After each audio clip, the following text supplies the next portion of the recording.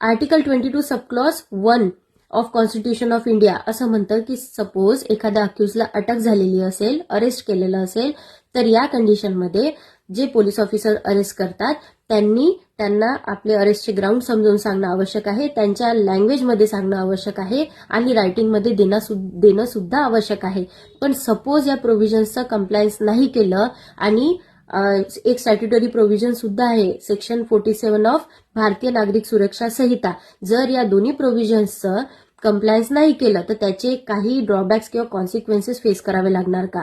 तर नक्कीच यासाठी एक ग्राउंड्स ऑफ अरेस्टसाठी खूप मोठी लेटेस्ट जजमेंट आलेली आहे. ऑनरेबल सुप्रीम कोर्टाने नोव्हेंबर 2025 मध्ये Mihir Rajesh Shah versus state of Maharashtra या केसमध्ये स्पष्ट सांगितलेलं आहे की सपोज एखाद्या व्यक्तीला त्याचे ग्राउंड्स ऑफ अरेस्ट नाही सांगितले आणि त्याला व्यवस्थित इन्फॉर्म नाही केलं तर त्या अरेस्टला इल्लीगल आणि वॉइड सुद्धा समजल्या जाणार.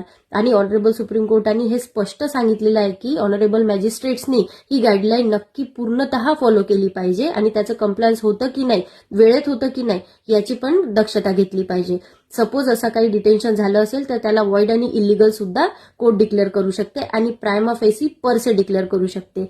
माहिती आवडली असेल तर व्हिडिओला लाईक, शेअर आणि सबस्क्राईब जरूर करा.